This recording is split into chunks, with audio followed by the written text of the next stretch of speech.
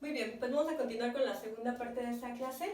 Entonces decía, es muy importante tener clara la propiedad con la cual vamos a determinar un conjunto. Y recuerden, ¿no? Esto es crucial, esto puede parecer trivial, pero en términos más profundos es una cosa muy importante. Que todo elemento de la teoría de conjuntos, o sea, todo conjunto está determinado por una propiedad, pero no viceversa. Al revés no es cierto. No es cierto que toda propiedad determine un conjunto, eso es crucial. Y no solamente una propiedad, ¿no? Ya vimos que pueden ser varias propiedades las que determinan un conjunto, o bueno, se puede decir que es la conjunción de esas propiedades. Una cosa importante de estas propiedades que van a determinar los conjuntos es que tienen que ser propiedades definibles matemáticamente. O sea, una propiedad como ser azul o ser grande o ser feliz. Esas propiedades no van a determinar un conjunto en el sentido que nos interesa del discurso de formalización de la matemática, porque no son matematizables. Recuerden, es este juego entre la lógica y la matemática en la cual una se colabora a la otra, en la cual de alguna manera se matematiza la lógica y se logicaliza la matemática con la finalidad de tener algo lo más preciso posible, ¿no? Para no caer en falsedades, contradicciones, paradojas o ambigüedades. Entonces, bueno, vamos a poner otro ejemplo de conjunto. De nuevo, si esta es una consideración importante para conjuntos finitos, como en el ejemplo pasado, pues ya se imaginarán que para conjuntos infinitos es todavía mucho más importante cómo vamos a determinar esa propiedad. Entonces piensen que yo les doy el siguiente conjunto. Vamos a llamarle B al conjunto que tiene como elementos al 1, al 4, al 9, y muy a menudo utilizamos esta notación de los puntos suspensivos para expresar que se va hacia infinito, ¿no? Yo les digo, miren, ahí está el conjunto B. Y es el conjunto que tiene al 1, al 4, al 9 y bla, bla, bla. Se ve infinito. ¿Está bien definido o no está bien definido el conjunto? Bueno, de nuevo, cuando nos hacen esa pregunta, cuando nos preguntan si está bien definido o no está bien definido, lo que nos tenemos que preguntar es si para cualquier elemento somos capaces de decir si el elemento pertenece o no pertenece al conjunto. Para cualquier elemento relevante, ¿no? O sea, no me voy a preguntar si un caballo pertenece a B o si un perro pertenece a B. Me voy a preguntar si algo dentro del dominio de discurso en la matemática está o no está en ese conjunto. En particular, pues aquí estamos hablando de números, pero todavía el hecho de que tengamos claro que son números no define realmente bien al conjunto. ¿Por qué?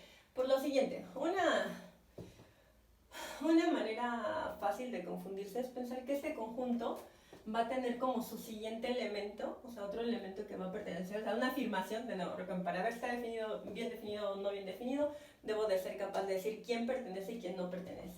Entonces es muy tentador decir que el número 16 pertenece a B, ¿verdad?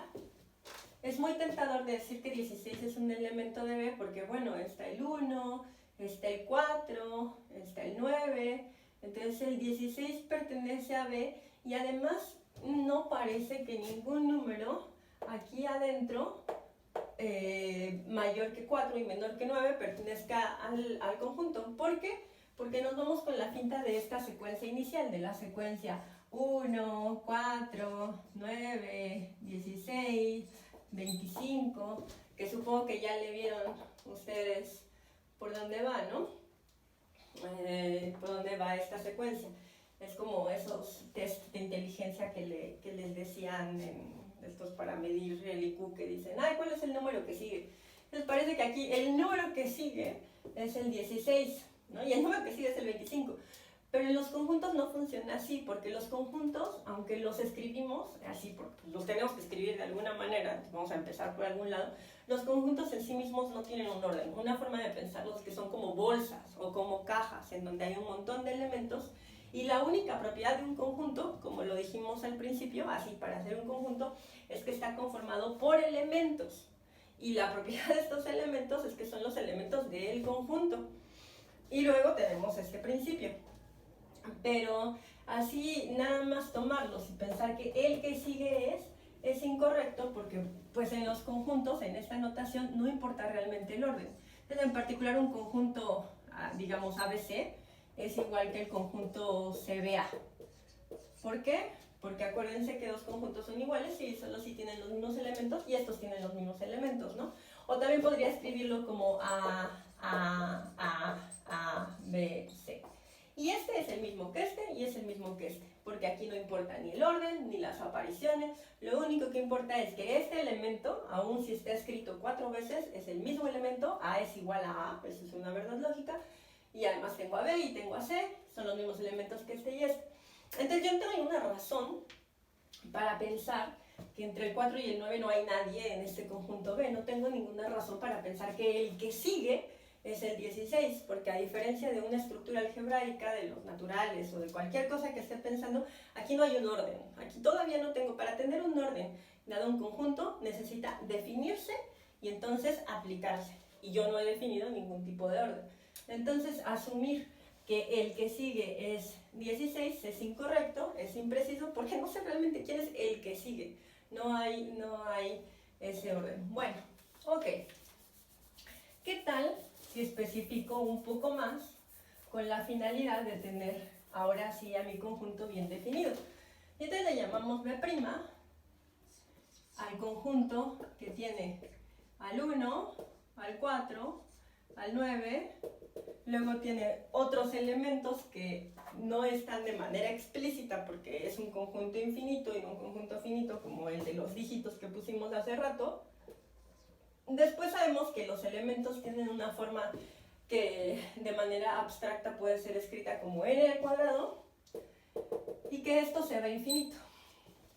Entonces tengo el conjunto 1, 4, 9, etcétera, etcétera, etcétera, n al cuadrado infinito. Y la pregunta es si este conjunto ya está bien definido. Bueno, si el conjunto está bien definido, entonces puedo decir qué elementos pertenecen y qué elementos no pertenecen a ese conjunto. Pero fíjense que aquí tengo otro problema. El problema con este asunto es que la n todavía no está en ningún dominio. Entonces, por ejemplo, si la n fuera un número entero, una cosa que sabemos es que 6.25 no está en B', ¿verdad? ¿Por qué 6.25 no está en B'? Porque 6.25, su raíz cuadrada, la raíz cuadrada de 6.25, no pertenece a los enteros. Creo que dije que n era un entero, ¿no? Si n es un entero, esto no es un número entero. Entonces, ese no pertenece a B'. ¿Y cuál sí pertenece a B'? Bueno, 16, ¿no? 16 sí pertenece a B'. Entonces, bueno, esto es si lo considero en los números enteros, ¿no? Pero ¿qué pasa si considero a n como una variable que está corriendo en los números racionales? Bueno, si considero a s que está corriendo en los números racionales, entonces 6.25, o sea, si n pertenece a los números racionales, 6.25 sí es un elemento de B'. 6.25, que no era un elemento de B', por esta razón, porque su raíz cuadrada no es un entero, 6.25 sí está ahora en B', si considero a n corriendo en los números racionales. ¿Por qué? Porque 2.5 al cuadrado es igual a 6.25 y 2.5 es un número racional. Entonces, ahora tenemos que 2.5 sí pertenece aquí. Entonces, fíjense, aunque teníamos esta impresión de secuencia inicial, pues resulta que el 2.5 está aquí, ¿no? El 2.5, perdón, no, el 6.25 está aquí, o sea, que tendríamos 1, 4, 6.25, 9, etcétera, etcétera, ¿no?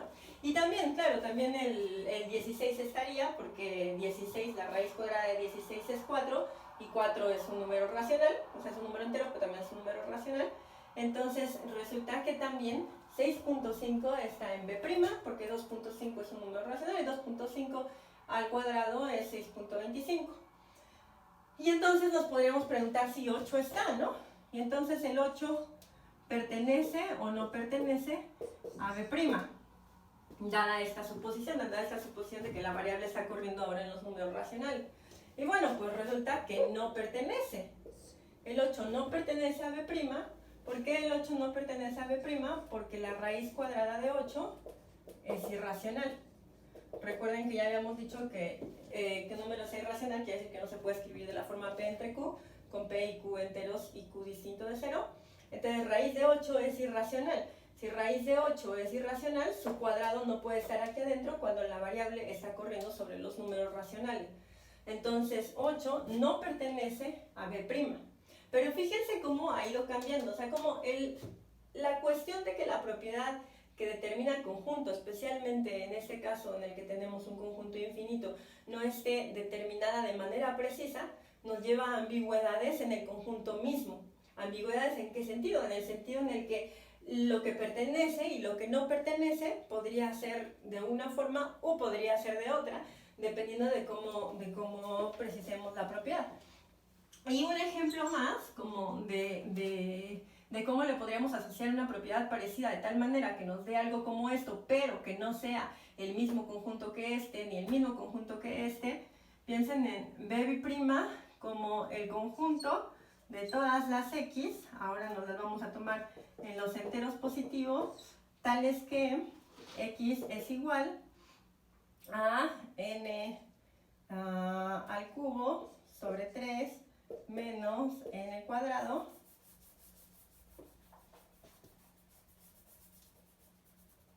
más 11 veces n entre 3 menos 2. Ahí está, ¿no? Entonces este va a ser el conjunto de todas las cosas que estén, de todos los números que estén en los enteros positivos que satisfagan esta ecuación. Entonces puedo empezar con el 1, entonces cuando sustituyo, fíjense, 1 al cubo es igual a 1. Entre 3, 1 tercio, menos 1 al cuadrado, que es 1, son menos 2 tercios. Menos 2 tercios más 11 tercios son 9 tercios, ¿no? 9 tercios es 3, menos 2 es 1. Entonces el primer elemento resultante al aplicar esta propiedad a este dominio va a ser el 1. Luego nos tomamos el 2, si sustituyen les va a dar 4, nos tomamos el 3, si sustituyen les va a dar 9, pero cuando sustituimos 4, o sea, si n es igual a 4, entonces a la hora de aplicar esto de aquí, x es igual a 18. Entonces fíjense que en este caso, y 16 no satisface la ecuación. Entonces en este caso, 16 no pertenece a B', como si lo había hecho cuando la pensábamos como quizá una secuencia, cuando la pensábamos con el dominio en los números enteros, cuando lo pensábamos en el dominio en los números racionales. En todos esos casos sí pertenecía a B' o a B, en el caso de arriba si lo pensábamos con una secuencia. Pero si damos esta regla de correspondencia, lo que tenemos es que B' es un conjunto que va a tener como sus elementos al 1, al 4, al 9, y después de eso va a tener al 18, no al 16, como pensábamos aplicando solamente n al cuadrado, ¿no? Y entonces, ¿qué nos dice? Que la regla que define a ese conjunto, la propiedad que determina a ese conjunto, es n al cuadrado y no es x igual a n al cubo sobre 3 menos n cuadrada más 11n entre 3 menos 2, ¿no? Tenemos dos diferentes reglas de correspondencia o dos diferentes fórmulas que en el momento de sustituir coinciden en los tres primeros números, pero después son distintas porque n al cuadrado va a ser distinto dependiendo, primero, de dónde corre n, y segundo, porque no tenemos ninguna razón para pensar que la regla que está determinando a ese conjunto es n cuadrada y no alguna otra como esta de acá. Entonces es muy importante que la propiedad que determina el conjunto sea una propiedad que también está bien definida matemáticamente, ¿no? O sea, no una propiedad cualquiera, no ser azul o ser grande, sino una propiedad que se puede definir matemáticamente, tal que podemos siempre decir si un objeto satisface o no satisface la propiedad, y que en términos del conjunto lo que nos va a decir es si un elemento pertenece o no pertenece al conjunto del que estamos hablando. Entonces vamos a ver unos ejemplos más que son bastante ilustrativos. Entonces este era, creo que el ejemplo anterior le puse 2, no estoy segura, pero bueno, vamos a poner el ejemplo 3, quizá me brinque uno, ¿no? Como dije ahorita, no está bien determinado, entonces puedo numerar con 3. Por ejemplo, tenemos que algunas de las formas en las que podemos definir un conjunto es el conjunto de todas las x tal que x es distinto de x. Entonces tenemos esa propiedad, la propiedad que nos dice que todos que van a pertenecer a este conjunto son todos que no son iguales a sí mismos. Esta propiedad determina un conjunto. ¿Qué conjunto determina? Pues al conjunto vacío, ¿no? Todos los x que tienen la propiedad de no ser iguales a sí mismos, pues son el conjunto vacío. O sea, no hay ningún x que tenga esa propiedad. Como no hay ningún x que tenga esa propiedad, ese es el conjunto vacío. Bueno, algunas observaciones de aquí que podemos hacer. Por ejemplo, nos podemos hacer la pregunta de si el vacío pertenece al conjunto vacío.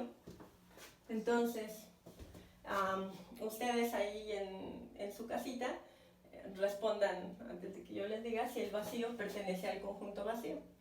¿El vacío pertenece al conjunto vacío? Pues no, ¿verdad? El vacío no pertenece al conjunto vacío. ¿Y la razón? ¿Cuál es la razón? ¿Qué daría como argumento? Pues que el vacío lo definimos en términos de su propiedad, lo definimos como el conjunto que no tiene elementos, ¿no? Antes de pasar a esto, pusimos el vacío, hay un conjunto, elemento de la teoría de conjuntos que tiene la propiedad de no tener elementos y es el conjunto vacío.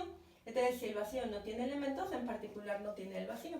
Entonces, lo podemos eliminarlo, ¿no? Porque el vacío también tiene la propiedad de ser igual a sí mismo. No hay ninguna cosa que no tenga la propiedad de ser a sí mismo, entonces no hay ninguna cosa que satisfaga esto, y esto me permite determinar una propiedad para determinar al conjunto vacío. Bueno, entonces vamos a ver otro ejemplo. Entonces tenemos que el vacío no pertenece al vacío para jugar con esta noción de pertenencia. Entonces yo les pregunto ahora si el vacío pertenece a este conjunto. Ya vimos que el vacío no pertenece al vacío y la razón es el vacío no tiene elementos, por definición, ¿no? Y en particular, como no tiene elementos, no tiene al vacío como un elemento. Ahora, la pregunta de si el vacío pertenece a este conjunto, pues sí, porque acuérdense que si tenemos un conjunto explícito que nos da los elementos son los que aparecen. ¿Quién es este conjunto? Es el conjunto que tiene como elemento al conjunto vacío. Entonces, el vacío pertenece a este porque es el único elemento de este conjunto. Entonces, el vacío pertenece al conjunto que tiene el vacío. Nos podemos preguntar si el vacío pertenece al conjunto que tiene como elementos al conjunto que tiene el vacío. Y entonces ustedes traten de responderlo, ¿no? Desde su casa. ¿El vacío pertenece al conjunto que tiene al conjunto que tiene al vacío? Bueno, pues la respuesta es no. ¿Por qué? Porque de nuevo, aquí el conjunto está de manera explícita. ¿Quiénes son los elementos de este conjunto? Pues el conjunto que tiene el vacío. Y en particular el vacío no es uno de sus elementos. Entonces el vacío no pertenece a este conjunto. El único que pertenece es el conjunto que tiene el vacío. Uno más. A ver, el vacío pertenece al conjunto que tiene el vacío y que tiene al conjunto que tiene el vacío. Entonces esa sería la pregunta, si el vacío pertenece al conjunto que tiene el vacío y que tiene el conjunto que tiene el vacío. Y la respuesta es sí. El vacío pertenece a este conjunto porque aquí están sus elementos y este es uno de sus elementos. Entonces sí pertenece al conjunto que tiene el vacío. Bueno, igual, ¿no? Este es un elemento y el otro elemento también lo podemos escribir aquí, el conjunto que tiene el vacío, porque los conjuntos también pueden ser elementos, ¿no? Porque tenemos conjuntos de conjunto. Entonces, los elementos son los que están aquí adentro, pero como en este caso, o en este caso, también el elemento en sí mismo puede ser un conjunto. Entonces, el conjunto que tiene el vacío, en particular, es un elemento del conjunto que tiene el vacío y que tiene al conjunto que tiene el vacío, ¿no? Aquí está, es un elemento, es este elemento. Entonces sí pertenece a ese de ahí. Entonces en este caso, todos estos pues no los estoy escribiendo como una propiedad, pero podría porque aquí está la propiedad, ¿no? La propiedad que tiene el conjunto vacío es la propiedad de que todos sus elementos son distintos a sí mismos, o sea, que no tiene elementos, es equivalente a decir que no tiene elementos y esta es una propiedad lógica. Entonces, algunos conjuntos importantes con los que vamos a estar trabajando, como lo vimos ahorita en el ejemplo desarrollado de B, es muy importante tener presente que el conjunto en sí mismo no tiene una estructura, no tiene un orden.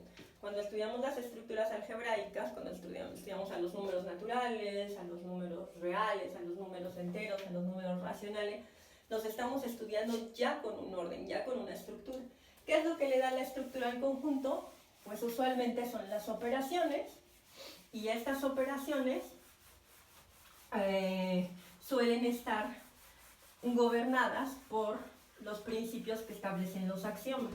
O sea, lo que hacemos con las estructuras algebraicas es que tenemos un conjunto al cual se le atribuyen ciertas operaciones, ¿no? Como la suma, la multiplicación. En el caso de los conjuntos van a ser la unión, la intersección. Y dadas las operaciones y los axiomas, lo que obtenemos es un espacio matemático, una estructura matemática que tiene muchas propiedades interesantes, pero los conjuntos así solos, así por sí mismos, no tienen nada, pero podemos pensar en el conjunto de los números naturales. Entonces el conjunto de los números naturales, que como yo les decía, pues mucha gente los considera a partir del 1, algunos a partir del 0, por razones de formalización yo elijo tomar el 0 como primer elemento. 1, 2, 3, y son los números que nos sirven para contar, ¿no? Y aquí sí, dar una propiedad, identificarlo con una propiedad, pues es un poco más complicado. Se puede, ¿no? Los números naturales no son otra cosa sino el conjunto inductivo que tiene como elemento, como primer elemento ya sea el 0 o el 1, y que para cada elemento tiene un sucesor, que se puede construir a través de la operación sumar más 1, pero es un poco largo. Pero los números naturales, el conjunto va a ser eso, van a ser esos números, nada más. El puro conjunto, ¿no? Antes de atribuirles una estructura o algo. Los números enteros, que ya los conocen, que van a tener una infinidad de números negativos, menos 3, menos 2, menos 1, 0, 1, 2, 3, y podría no haberlos escrito en ese orden, podría haberlos escrito revueltos, no importa, porque aquí estoy hablando del conjunto, todavía no de la estructura, pero son, digamos, los conjuntos famosos, los que más nos van a interesar en álgebra. Después tenemos al conjunto de los números racionales, que ya lo hemos mencionado mucho, y el conjunto de los números racionales lo podemos describir como todos los números de la forma P entre Q, tal que P y Q son números enteros, pertenecen a los números enteros, y Q es distinto de 0. El 0 claramente es un racional. El 0 es un racional pero no, como no se vale dividir entre 0, eso probablemente no lo veamos aquí porque, pero tiene que ver con la estructura de campo, con que estos son una estructura algebraica llamada campo, en el cual no se puede dividir entre 0, es una regla prohibida, pero el 0 pues se puede escribir como 0 entre pues lo que quiera, ¿no? 0 entre 6. Es igual a 0. Entonces el 0 se puede escribir de esta forma, es un número racional, sin lugar a duda. Si es racional, entonces no es irracional. Tenemos al conjunto de los números reales, que básicamente es la unión de los racionales con los irracionales, y el conjunto de los números reales lo podemos describir como todas las x, tales que x es un número en el intervalo que va de menos infinito hacia infinito. Ese es el conjunto de los números reales. En álgebra superior 2, en esta no vamos a llegar, pero en álgebra superior 2 se ven también los números complejos vistos como un conjunto, de nuevo antes de dotarlos de sus operaciones y sus axiomas. Los números complejos son los números de la forma a más bi, tal que a y b son números reales y el número i elevado al cuadrado es menos 1. Esa es una caracterización, ¿no? Pero ya. Después, cuando se ven las estructuras algebraicas, se dan las operaciones, se ven los axiomas y se checa que todo esto realmente funciona, ¿no? ¿Cómo se checa? Pues con los elementos que hemos visto de lógica, con esos argumentos y sobre todo echando mano de nuestro dominio de discurso, que son los números, que son los conjuntos que vienen de la teoría de conjuntos. Entonces vamos a dejarlo aquí por ahora, y la siguiente clase vamos a ver ya las primeras definiciones y las primeras pruebas de teoría de conjuntos. No vamos a llegar muy lejos, porque la idea no es que salgan conjuntistas de aquí, sino que entiendan por qué la teoría de conjuntos y cómo la teoría de conjunto es la vía por la que se van a realizar las demostraciones en cada una de sus materias. Nos vemos la siguiente clase. Hasta pronto.